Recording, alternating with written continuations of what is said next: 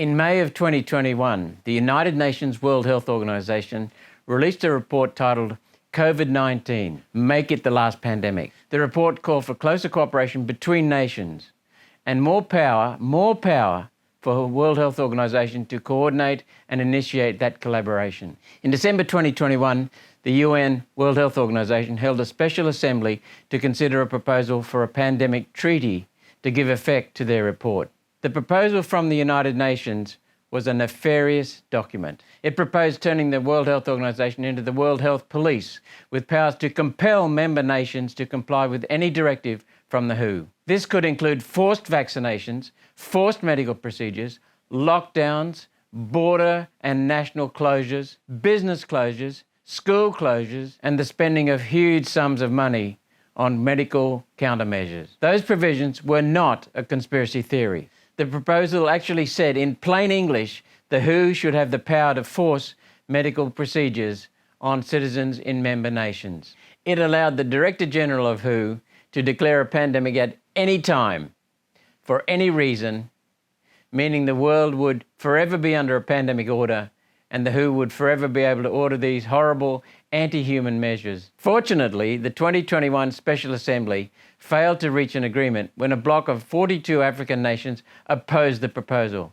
Having been used for decades as a testing ground for disease and vaccine research, coming at a huge cost in African lives, these nations were not signing up for more deaths. The outcome of the World Health Assembly in 2021 was to set in place a 3-year time frame for a pandemic agreement to be developed. A committee of WHO luminaries was set up to review the proposal. These were many of the world's leading health experts who had worked with the WHO for many years. Their wisdom shone through, and they tore the proposed treaty to shreds, stating it would destroy support for the WHO. Their staff did not want to become the World Health Police. They just want to work on improving health in underdeveloped member countries. In the end, that's what prevailed. Multiple new drafts were produced across 3 years and given to a steering committee to test support, and each time failing to get the numbers. A new version followed, which further watered down the compulsion and the destruction of national and personal sovereignty. A final version, a consensus document, was produced and passed at the World Health Assembly in May this year.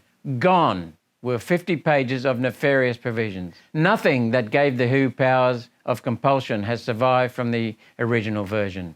This agreement contains no compulsion on member states. Wherever the wording says a member state shall, it's always followed by a modifier, such as subject to national laws, having mind to national sovereignty, subject to financial resources, and so on. There are no binding provisions in this agreement beyond the need to advise the WHO when a disease outbreak occurs that may be of national or international significance, which is a good idea. After all, China sat on COVID for months in 2019 to give the billionaires time to hold Event 201 and to craft a response that maximised their financial benefit, a response which caused untold suffering and deaths around the world using fraudulent science, mass propaganda, and military coercion. A deadly response which was not designed to minimise suffering.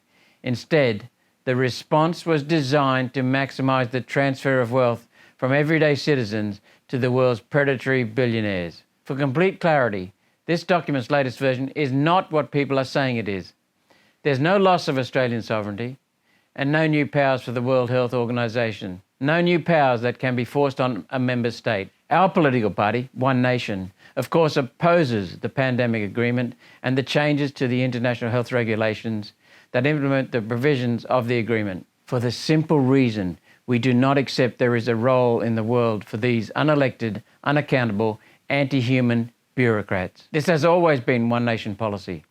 In my first Senate speech in 2016, I called for an Oz exit, Australia to exit the UN. And in April 2022, thanks to my diligent and knowledgeable staff team, I was the first Australian politician to oppose the pandemic treaty. Oz exit is necessary because the UN and their agencies, including the WHO, have been hopelessly compromised by the world's parasitic, indeed predatory billionaires. The WHO now gets most of its funding from entities tied to pharmaceutical companies. In return, the WHO mandates those companies' medical products. It's classic crony capitalism. Naked wealth transfer from the people. It's theft. By centralising power in the hands of unelected foreign bureaucrats, we've made the buyout of the UN easier. All the people they need to compromise to become the de facto owners of the world are in the one spot, pretending to act on our behalf while actually lining the pockets of their billionaire parasitic benefactors. These people are not the good guys. These people are your prospective owners. Make no mistake, our health authorities and our politicians have signed up to this agenda. In the next pandemic, they will do the same nefarious, destructive, murderous policies again, and this time they will say, "The WHO made us do it." Well, the truth is that the WHO is not making anyone do anything. These people are choosing to behave like this because it's good for their power, their egos, and their careers. The UN and its agencies are in darkness and cannot be saved. One Nation calls for a withdrawal from the World Health Organization, from the United Nations, from the World Economic Forum, and from the World Bank. Thank you. I wish you a successful conference.